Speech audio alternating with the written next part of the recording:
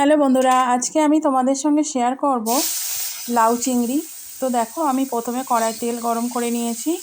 এবারে আমি চিংড়ি মাছগুলোকে হালকা করে ভেজে নিচ্ছি। খুব বেশি লাল করে ভাজবো না, একটু হালকা হালকা করেই ভাজবো। তো চিংড়ি মাছগুলো ভাজা হয়ে যেতে ওর মধ্যে যে তেলটা ছিল ওর মধ্যেই পেঁয়াজটা আমি ভেজে নিচ্ছি। পেঁয়াজ আর চিংড়ি মাছটাকে একসঙ্গেই আমি নাড়াচাড়া করে ভাজবো।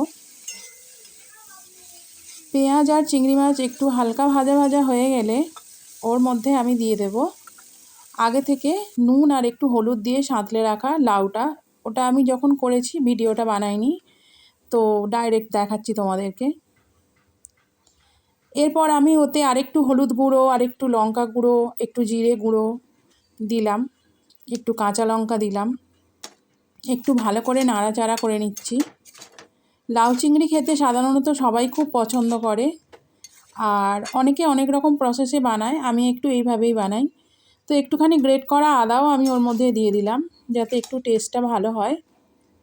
তো একটু নাড়াচাড়া করে নিচ্ছি। আর এই লাউয়ের জলটা দেখো একদম শুকনো হয়ে গেছে। লাউ ঘন্টটা পুরো রেডি চিংড়ি মাছ দিয়ে। তো রান্নাটা কেমন লাগলো অবশ্যই কিন্তু তোমরা জানিও, আর একটা লাইক, কমেন্ট, শেয়ারও করে দিও। আর তোমরা কে কীরকম প্রসেসে লাউ চিংড়ি রান্না করো অবশ্যই কিন্তু জানিও।